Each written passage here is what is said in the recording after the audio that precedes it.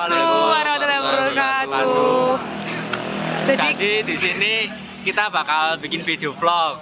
Jadi kami bikin vlog itu akan menuju Museum Purwo di daerah Suhat. Ayo kita lihat. Jadi di sini saya akan review apa aja yang ada di dalam Museum Purwo. Nah, pertama ini ada patung Siwa Mahaguru. Seperti ini bentuknya. Di sini ada banyak arca-arca yang dikoleksi di Museum Purwo. Kemudian ini ada arca Nandiswara.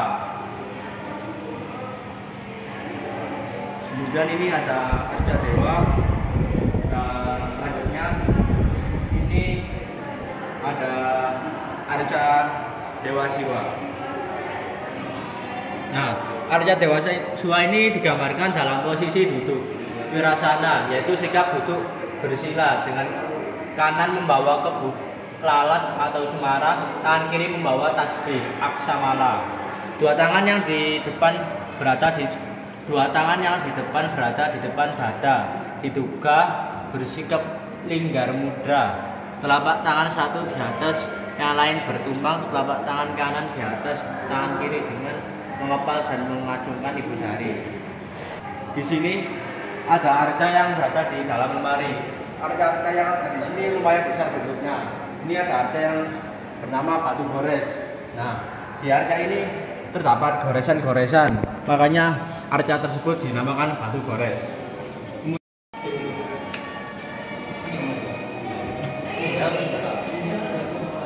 Nah, selanjutnya saya akan menjelaskan tentang tokoh-tokoh atau arca-arca dewa. Yang pertama ada tokoh dewa. Arca ini juga sulit diidentifikasikan, digambarkan duduk sila, tumpang mahkota yang dipakainya mirip dengan bentuk mahkota. Hiasan telinga, sumping yang menyatu, yaitu mahkota. Yang kedua ada Siwa Mahaguru. Siwa Mahaguru adalah arca yang sederhana yang merupakan menggambarkan dari sebuah tokoh arca-arca Mahaguru yang posisinya adalah tegak dan lurus. Yang ketiga ada tokoh dewa. Tokoh dewa ini digambarkan dalam posisi berdiri dengan sikap Dwi Habwa, tangan kanan membawa bunga teratai merah jelas. Dewa siapa yang menggambarkan karena tidak adanya atribut yang lain. Tapi saya nggak disorot, jadi Askia itu nggak disorot dia.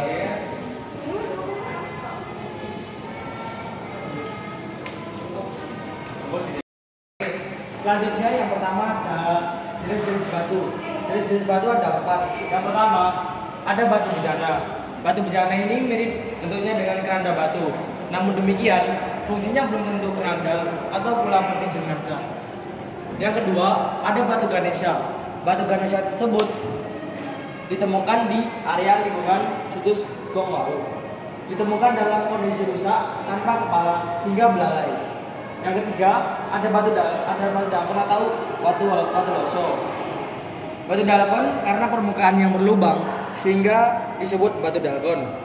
Batu ini berlubang 49 buah dengan deretan 7x7. Selanjutnya ada batu yoni. Batu yoni seharusnya itu selalu berpasangan dengan lingga. Nah, di sini dijelaskan bahwa pembangunan Candi Jago berasal dari kata Jajaku. Didirikan pada masa kerajaan Singosari pada abad ke-13, berlokasi di Kecamatan Tumpang, Kabupaten Malang, atau sekitar 22 km dari kota Malang. Berikutnya, di sini ada Pemalayu penaklukan kerajaan-kerajaan di Melayu yang ditandai dengan pemasangan patung besar atau Hapasa.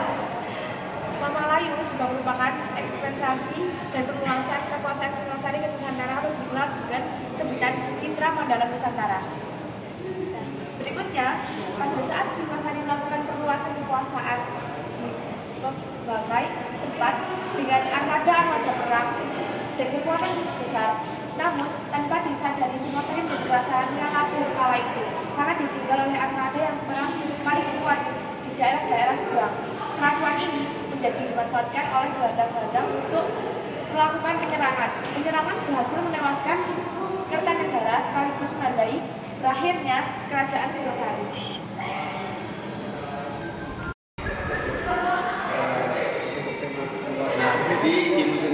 terdapat banyak patung. Contohnya kayak seperti ini, patung-patung kecil. Dan masing-masing patung ini ada sejarahnya tersendiri. Seperti ini ada Arca Dewi, yang ini tokoh dewa, yang ini Mahakala, dan masih banyak lagi. Dan kemudian ada patung yang besar, yaitu patung yang ini. Ini namanya patung Bodhisattva, yaitu digambarkan dalam posisi berdiri dengan sikap digelengkan badan dibegana. Arca ini kaya akan hiasan di kanan dan kirinya. Pada lingkaran di kanan kirinya, kemudian dari belakang kepalanya dihias dengan bola lidah api. Pakaian arcanya sendiri dapat disebut berpakaian dewa. Bagian pahanya ke bawah, tangan kanan patah pada bagian lengan, sementara tangan kiri membawa kai bunga teratai. Diduga itu bunga teratai merah panma. Karena pada bongol tangkai teratai yang berada di bawahnya terdapat daun dari jenis teratai merah. Sandarannya yang sekaligus sebagai prabha dihias dengan hiasan angsa, makana, dan singa yang laki-lakinya diganti dengan kaki kuda. Terima kasih.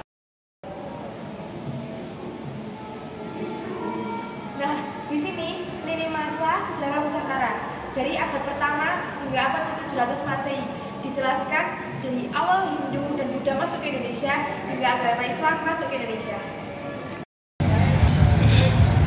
Nah, di sini kami akan berjalan menuju tempat kayu tangannya sendiri. Beginilah suasana Malang kota pada malam harinya, sangat sejuk dan menyenangkan. Keren banget gak sih?